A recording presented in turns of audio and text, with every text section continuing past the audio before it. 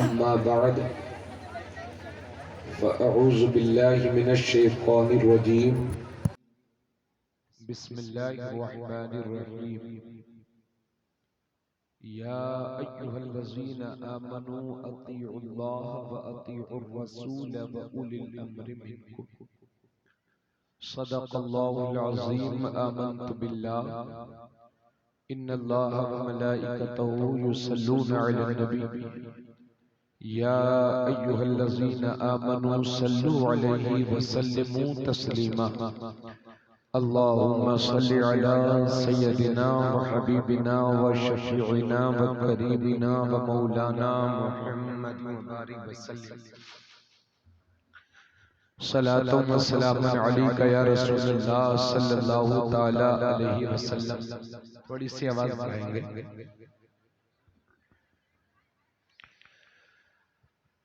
आज का यह अज़ीमुश्शान जलसा आप तमामी अहले सुन्नत वल जमात को बहुत बहुत मुबारक हो।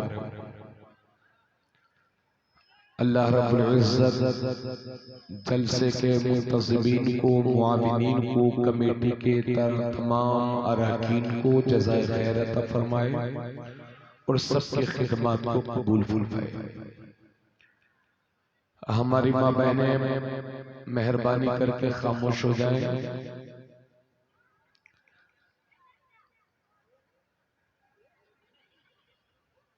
अल्लाह आप सबको सलामत रखे, इस बस्ती को सलामत रखे। बहुत अच्छा और शानदार जलसा आप हजरात ने मुनक्किद किया और अजीज़म हजरत कारी गुलाम गौस ग़ज़ाली बरेली शरीफ ने बहुत अच्छा पढ़ा। बुलबुल बाग़े मदीना हजरत कारी मोहम्मद अली फैज़ी वाहिदी साहब ने बहुत खूब पढ़ा और हमारी जमात के मोतबर व मोतमद खतीब हिंदुस्तान, मुक़र्रिर शिरी मक़ाल, मुस्लिह क़ौम हजरत अल्लामा शाह सैयद शबावत हुसैन साहब क़िबला मुरादाबादी, उनकी बहुत उम्दा और नसीहत आमेज़ गुफ्तगू आप हज़रात समाअत कर चुके। जरूरी है कि उन्हीं की गुफ्तगू पर अमल किया जाए। बड़ी अच्छी अच्छी बातें उन्होंने की। जिस तरह से आपने उनकी तकरीर सुनी वैसे मैंने भी उनकी पूरी तकरीर सुनी। अल्लाह उन्हें सलामत रखे, उनकी उम्र में बेपनाह बरकतें अता फरमाए। बहुत अच्छे खतीब हैं माशाअल्लाह। और आज की इस बज़्म की खुसूसियत यह है कि हमारी इस स्टेज पर वो अज़ीमुल मर्तबत नक़ीब निज़ामत कर रहा है कि जो उर्स आला हजरत में बाज़ाब्ता नाज़िम होते हैं। अल्हम्दुलिल्लाह। फ़िक्र खुलूस व वफ़ा हमारे बड़े भाई हजरत अशाह कारी मोहम्मद यूसुफ रज़ा साहब संभली बहुत अच्छे नक़ीब हैं। 1 लाख से लेकर के 10 लाख तक का मजमा शहर बरेली शरीफ में उर्स आला हजरत के मौके पर होता है। अल्हम्दुलिल्लाह।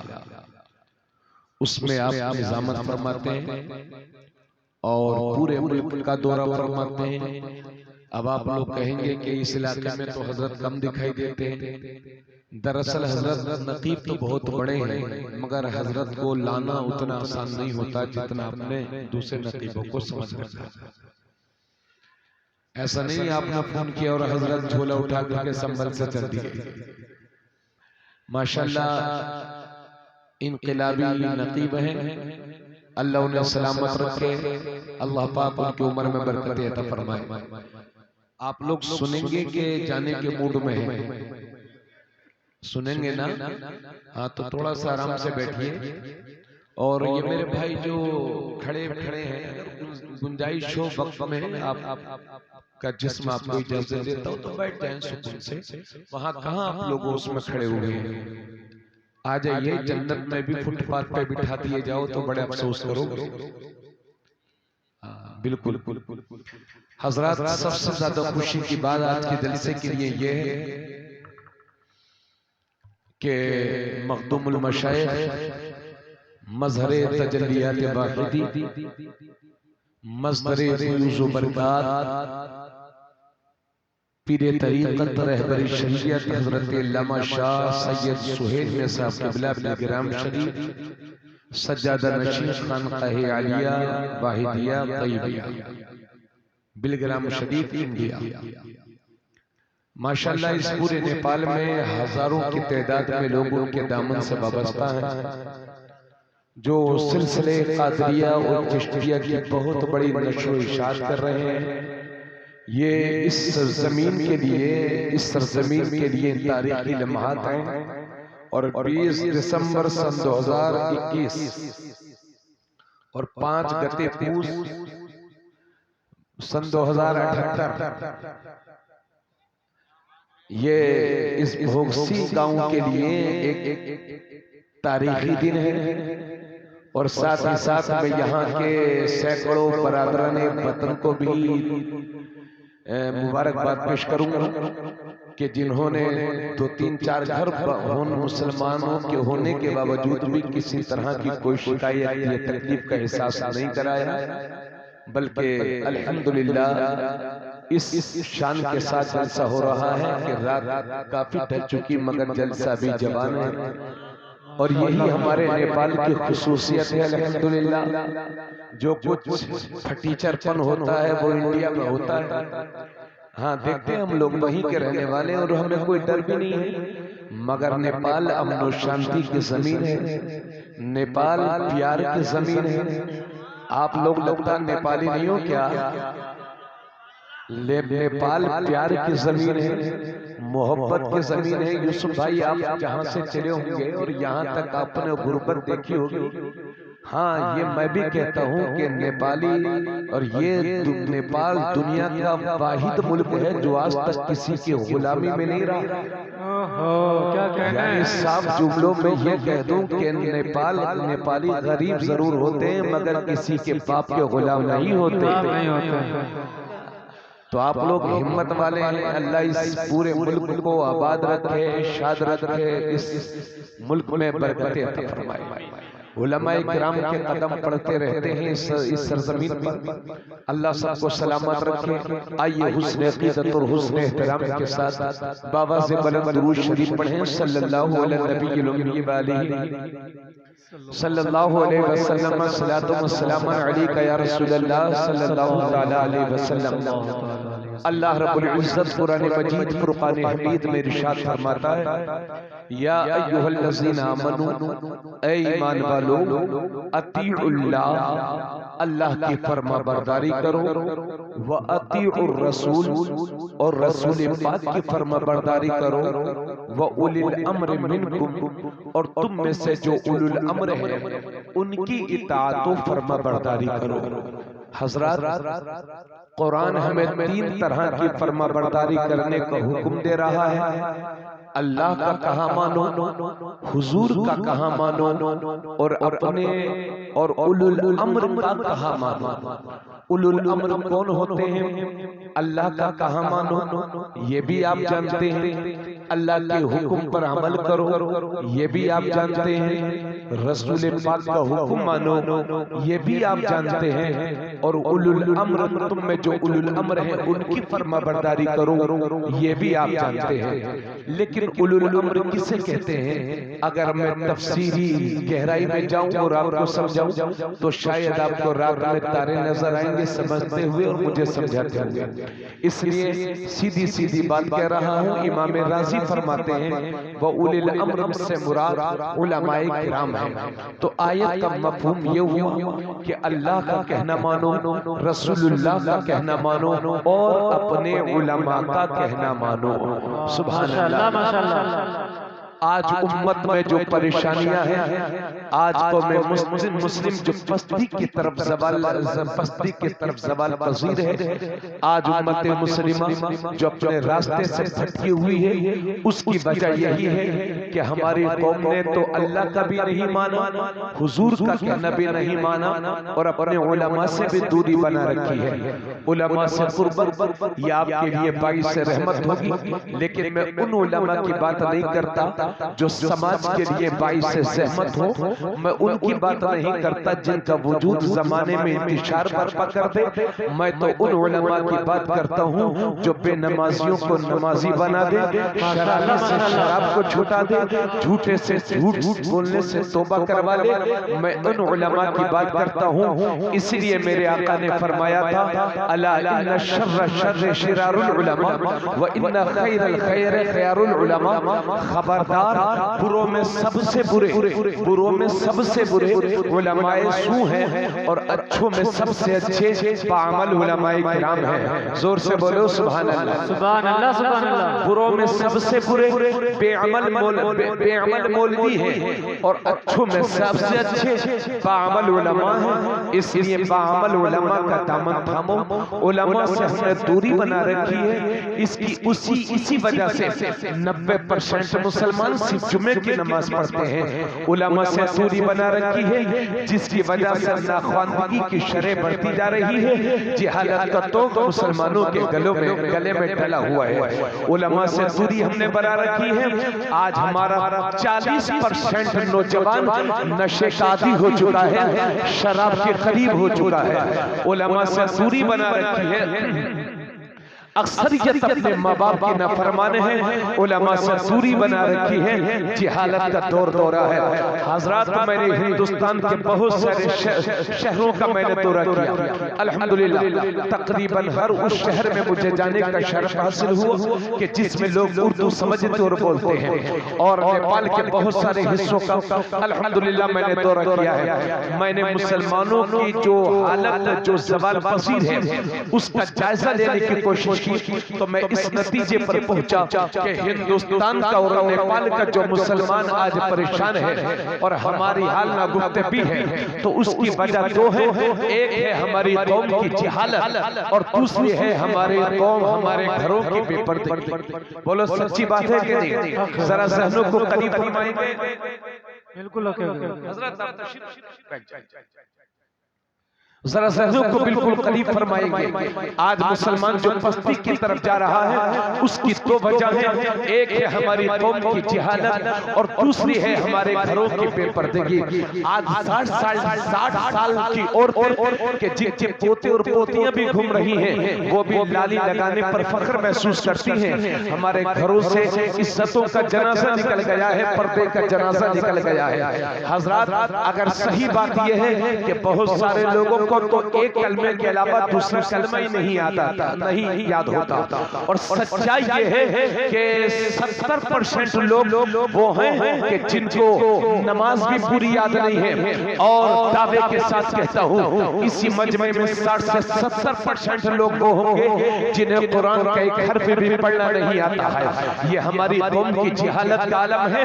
जबकि हम उस पे हिंदुस्तान की सच्चर कमेटी की रिपोर्ट ये बताती है कि 2.5% से भी कम पढ़े लिखे हैं मुसलमानों के बच्चे।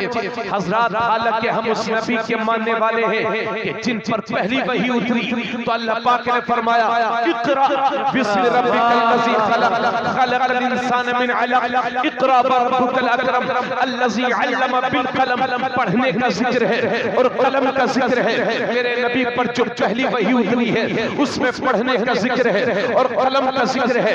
हाँ, हम उस नबी के मानने वाले हैं कि जब उन्होंने मक्का शरीफ में ऐलान नबूवत किया था तो सिर्फ 17 मुसलमानों को लिखना आता था। और वही मेरा पैगंबर 23 साल तबलीग करके जब ज़ाहिरी दुनिया से रुखसत होता है तो 1.25 लाख साहबे किराम के हाथ कलम से सजे हुए, जिन्हें लिखना भी आता था, जिन्हें पढ़ना भी आता था। हम उस इस्लाम के मानने वाले हैं। मेरे नबी के सहाबी कहते हैं, खुद नबी फरमाते हैं, तलबुल इल्मी फरीदतुन अला कुल्ली मुस्लिम।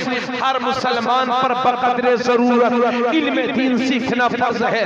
अल्लाह के नबी इरशाद फरमाते हैं, उतलुबुल इल्म लौ कान बिस्सीन। इल्म हासिल करो, अगर तुम्हें चाइना का सफर करना पड़े तो क्या चाइना में उस वक्त बहुत बड़ी यूनिवर्सिटीज थी, कॉलेजेस थे, स्कूल थे? अल्लाह की कसम ऐसा नहीं था, बल्कि फरमान का मतलब ये था कि जिंदगी में चाहे जितनी भी तकलीफें बर्दाश्त कर लो, मगर अपने बच्चों को चाहिए मत रहने देना, अपने बच्चों को बेपढ़ा लिखा मत रहने देना। हजरत गिरामी, इतना कहने के बाद अब अर्ज कर रहा हूँ अफसोस के साथ, आज मुसलमानों में दो तबके हैं, एक गरीबों का तबका है, एक अमीरों का तबका है। गरीब लोग तो अपने बच्चों को मदरसा भेज देते हैं और वही गरीबों के बच्चे पढ़ लिख करके कौम की सरदारी करते हैं। अल्हम्दुलिल्लाह, थोड़ी सी आवाज और बढ़ाएंगे। और दूसरा तबका वो है, हमारी कौम का दूसरा तबका वो है जो अमीर है, अल्लाह ने उन्हें नवाजा है, वो बहुत मालदार है।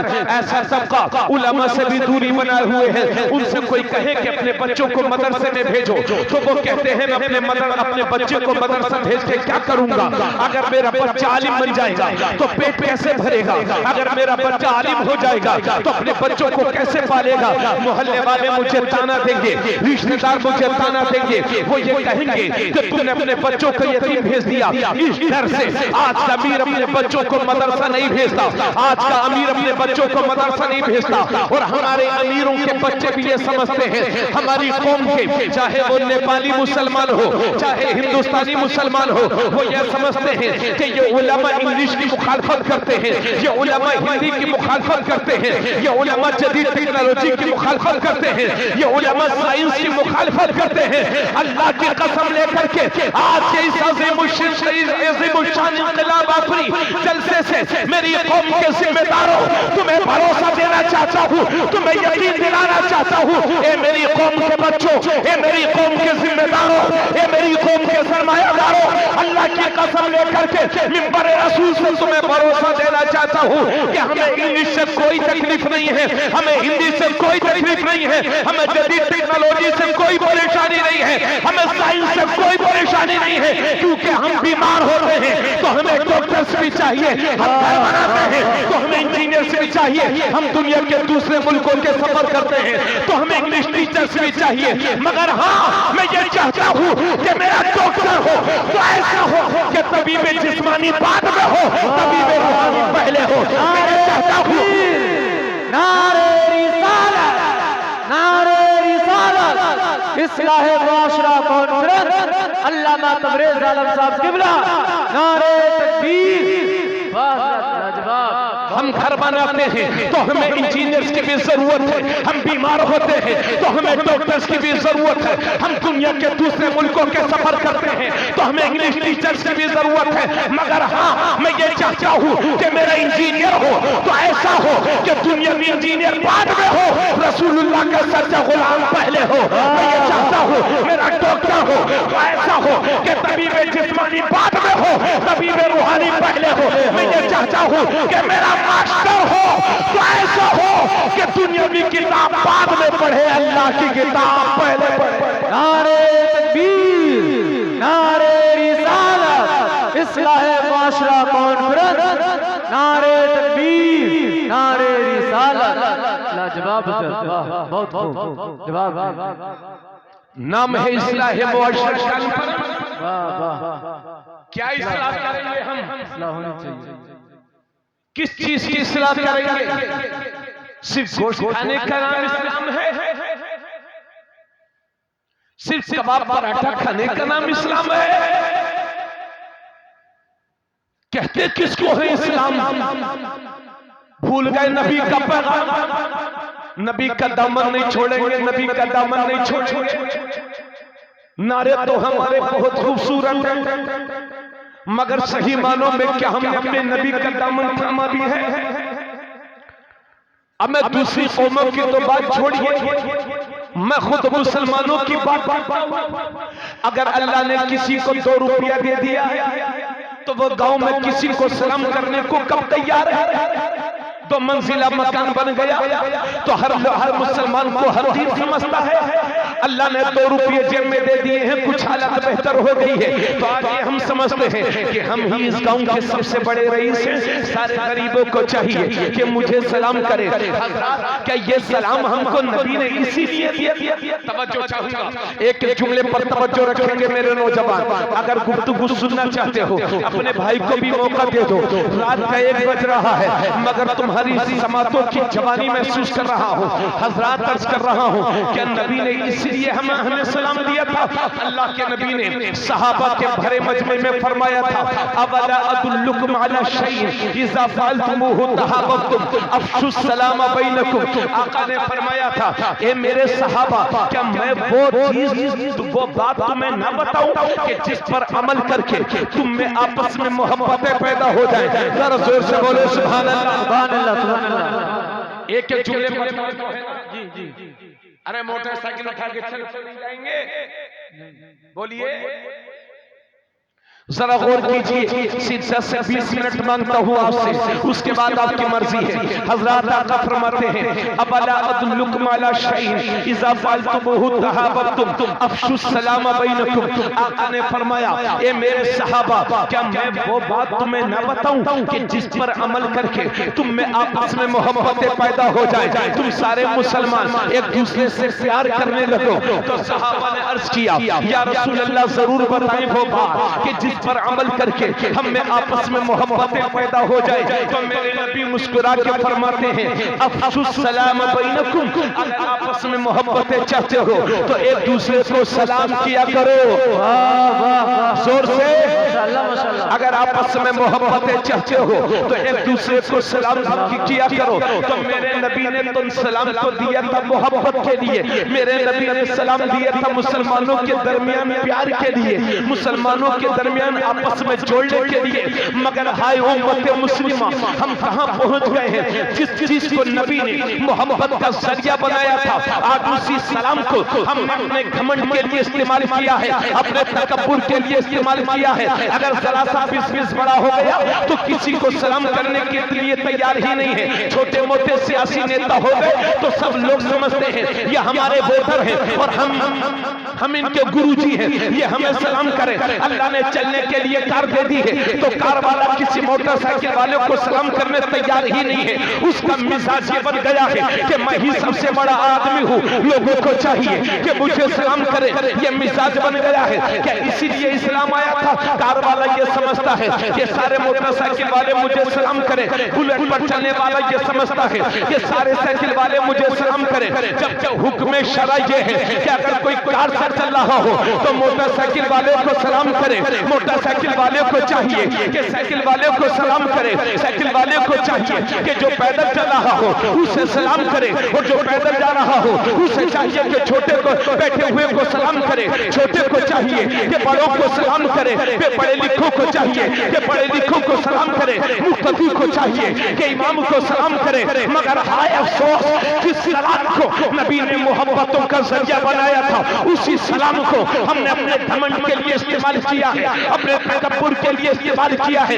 यही तो वजह है कि एक बार सहाबाए किराम अर्ज करते हैं, या रसूल अल्लाह, जब दो मुसलमान आपस में मिलते हैं तो उनमें पहले सलाम कौन करता है?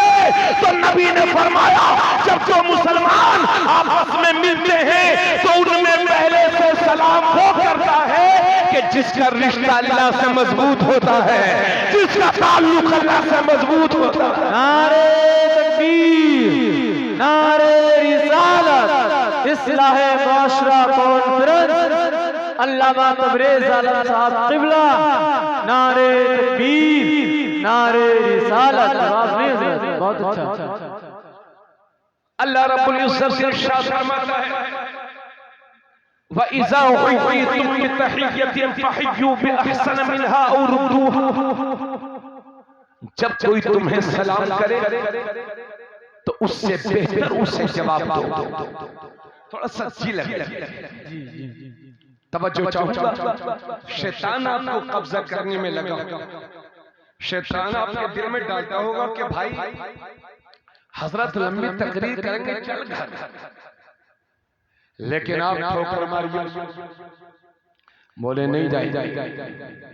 बात पूरी होगी, सैयदुस सादात के चेहरे की ज़ियारत करेंगे, तब जाएंगे।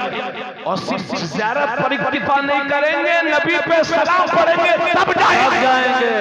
और सिर्फ सलाम पर ही इक्तिफा नहीं करेंगे, उसके बाद दुआ भी मांगेंगे तब जाएंगे। और जाते जाते भी उलमा के चेहरों की ज़ियारत करेंगे। जब कोई अल्लाह फरमाता है जब कोई तुम्हें सलाम करे तो या तो वैसा ही जवाब दे दो या उससे भी बेहतर जवाब। यानी जब तो कोई तुमसे कहे अस्सलाम वालेकुम तो आपको दो तरह का जवाब देना है। या तो आप ये कहें कि वालेकुम अस्सलाम या ये कहें कि वालेकुम अस्सलाम व रहमतुल्लाह। और अगर आपसे कोई कहे अस्सलाम वालेकुम व रहमतुल्लाह तो आप जवाब में कहेंगे वालेकुम अस्सलाम व रहमतुल्लाहि व बरकातुहू। और कोई कहे अस्सलाम वालेकुम व रहमतुल्लाहि व बरकातुहू तो जवाब बनेगा वालेकुम अस्सलाम व रहमतुल्लाहि व बरकातुहू। बाज़ लोग व मग़फ़िरतु व जन्नतु मिला देते हैं ताकि लोग समझें कि हम बहुत काबिल हैं, जबकि शरीयत में इसका सबूत नहीं। ठीक है।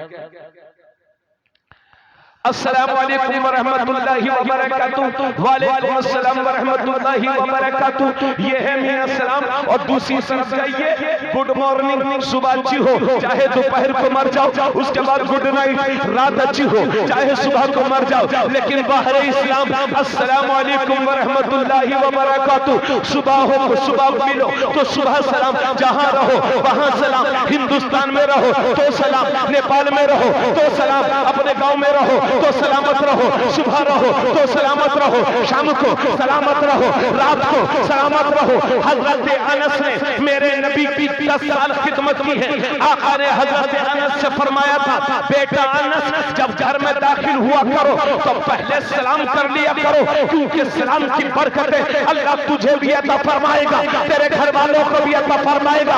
मुसलमानों गरीबी का रोना मत रोया करो, गरीबी की शिकायत मत किया करो। आओ अपने नबी के दीन को सीने से लगा लो, नबी के फरमान पर अमल करना शुरू कर दो, इंशाअल्लाह नहुसत भी भागेगी, गरीबी भी दूर होगी इंशाअल्लाह ताला। मगर हाय अफसोस इस सलाम को नबी ने मोहब्बतों का जरिया बनाया था, आज उसी सलाम को हमने अपने घमंड के लिए इस्तेमाल किया है, अपनी अनानियत के लिए इस्तेमाल किया है, अपने तकब्बुर के लिए इस्तेमाल किया है।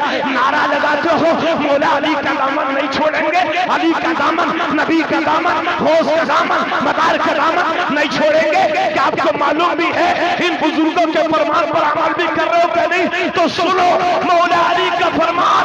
मौला अली फरमाते हैं कि मुनाफिक है वो जो इंतजार करे कि लोग मुझे सलाम करें, और मोमिन है वो जो बढ़ चढ़ के पहले अपने भाई को सलाम